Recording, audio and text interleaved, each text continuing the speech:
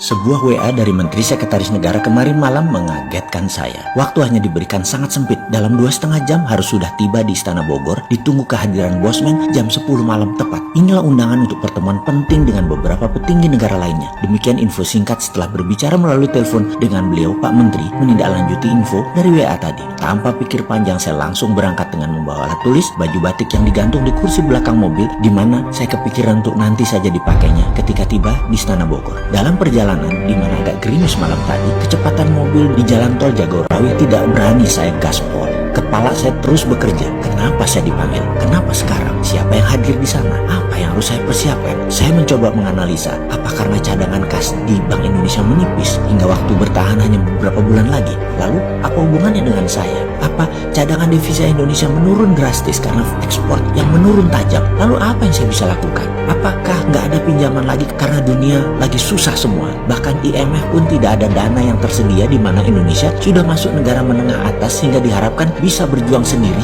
sehingga Indonesia saat ini memerlukan solusi alternatif. Apa ada signal bahwa Amerika menang perang sehingga memerlukan kebijakan bagaimana menghadapi Trump yang ambisius untuk menjadi sheriff dunia? Lalu saya harus bagaimana? Pikiran saya yang liar kesana kemari tanpa terasa membawa ke ujung jalan tol keluar di dekat terminal Baranang Siang Bogor. Belok kanan dan tidak lama kemudian, kurang dari 5 menit sudah sampai gerbang Istana Bogor yang malam itu cukup lengang suasananya. Namun protokol keamanan di depan gerbang ternyata ketat sekali. Kendaraan saya berhenti tepat di depan gerbang. Jendela kaca mobil saya turunkan perlahan. 2 orang menghormat dan membungkuk menanyakan identitas saya yang dicocokkan dengan data di map seorang perwira di belakangnya. Mardi Guowi, ya Pak, katanya sopan. Yang dilanjutkan, silakan parkir di sisi kiri, nanti Bapak akan kami kawal ke dalamnya. Saya melihat jam dan jam menunjukkan jam 9.40 malam. Alhamdulillah tepat waktu. Sambil memarkirkan mobil, saya ganti pakaian batik dan mengambil map kulit, buku catatan favorit saya. Kendaraan listrik Golf menanti saya dan saya pun duduk di samping pengemudi yang kemudian berjalan cukup kencang ke arah pepohonan sisi kanan, berbelok sedikit,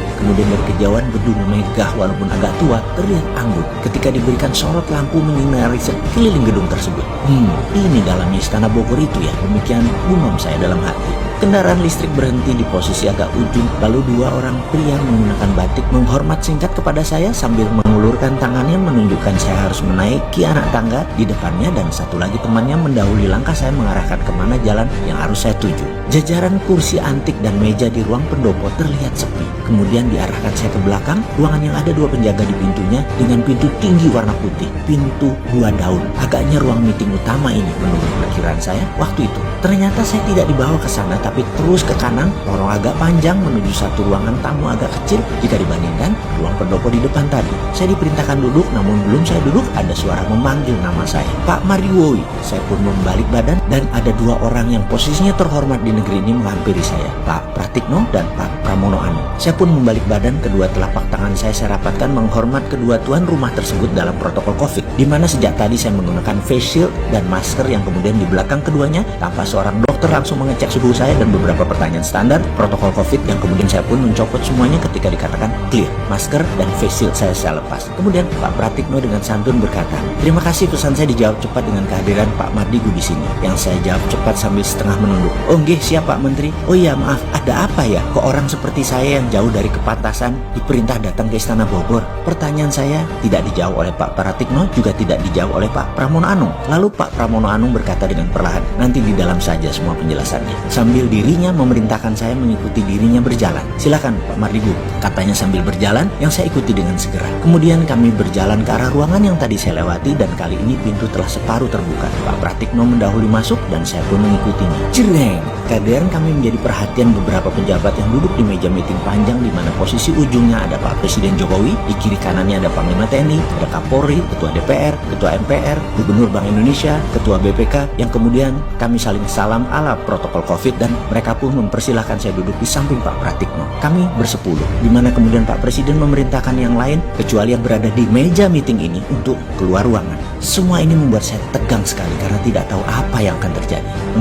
Begini, saya langsung saja. Demikian Pak Presiden mengawali percakapan malam ini dengan nada seperti dirinya lakukan yang banyak kita kenal, mengeja perlahan kata per kata. Mas Mardigu, terima kasih atas kehadirannya. Kami mengundang semua yang hadir di ruangan ini dengan pemberitahuan sangat terbatas dan semuanya sama. Hanya kami putuskan tadi sangat cepat, yaitu jam 7.30-an malam untuk kehadiran jam 10 malam ini di ruangan ini. Semua tidak ada yang tahu agenda apa yang akan kita bicarakan kecuali saya dan Pak Pratikno. Suasana hening dan terlihat ekspresi wajah lainnya sama seperti saya, bertanya-tanya. Mas Mardigu, demikian nama saya disebut beliau dan saya menambah tegang deg-degan di hati saya. Kalau saya beli waktu 15 menit, demikian Pak Presiden melanjutkan perkataannya. Bisakah presentasi singkat, padat, cepat menceritakan bagaimana strategi MMT kita terapkan untuk Indonesia menjadi negara nomor 1 di dunia dalam waktu yang cepat dan harus diraih sebelum tahun 2030.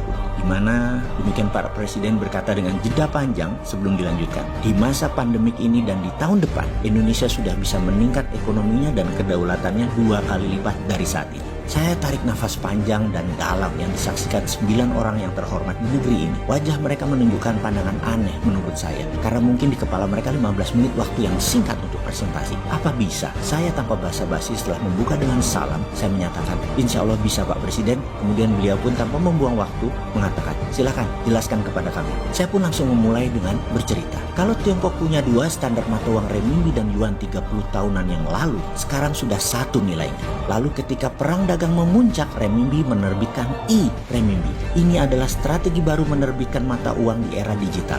Mereka lakukan persis seperti 30 tahunan yang lalu, hanya kali ini digital currency. Jadi saya usulkan ada baiknya Indonesia membuat e-rupiah atau e-rupiah yang berbasis blockchain dengan underlying proyek nasional produktif. Sekali lagi, penekanannya adalah proyek nasional produktif, yaitu faktor produksi untuk ekspor berbahan baku lokal, kemudian proyek produksi pengganti impor, kemudian proyek produksi pemenuhan kebutuhan nasional termasuk pangan dan kesehatan, kemudian proyek produksi penunjang pertumbuhan nasional seperti infrastruktur dinamis lainnya termasuk kawasan ekonomi khusus bebas pajak minimum 10 tahun. E-rupiah ketika diterbitkan dengan Trusted Open Ledger ini akan mudah mengontrol peredaran digital currency rupiah tersebut sehingga menariknya kembali dari peredaran untuk kendali inflasi menjadi mudah. Sarananya, saya punya program blockchain sudah jadi sejak 2 tahun yang lalu untuk dashboard pemerintah dan kendali sistem distribusi digital currency rupiah yang akan saya berikan ke negara.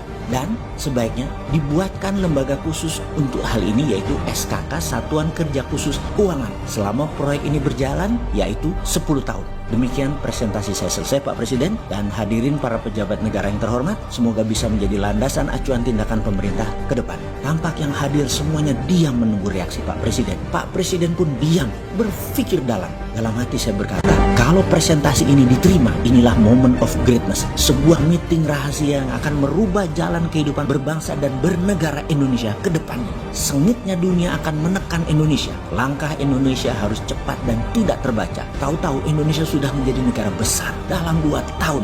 Di awalnya saja. Tak lama azan terdengar keras yang saya lamat-lamat berkata dalam hati, loh kok sudah azan? Dan saya pun tersadar diri, ini azan subuh yang mengingatkan saya akan kewajiban serta menyadarkan posisi saya untuk bangun dari dunia mimpi tadi dalam rapat rahasia yang akan merubah negara Indonesia.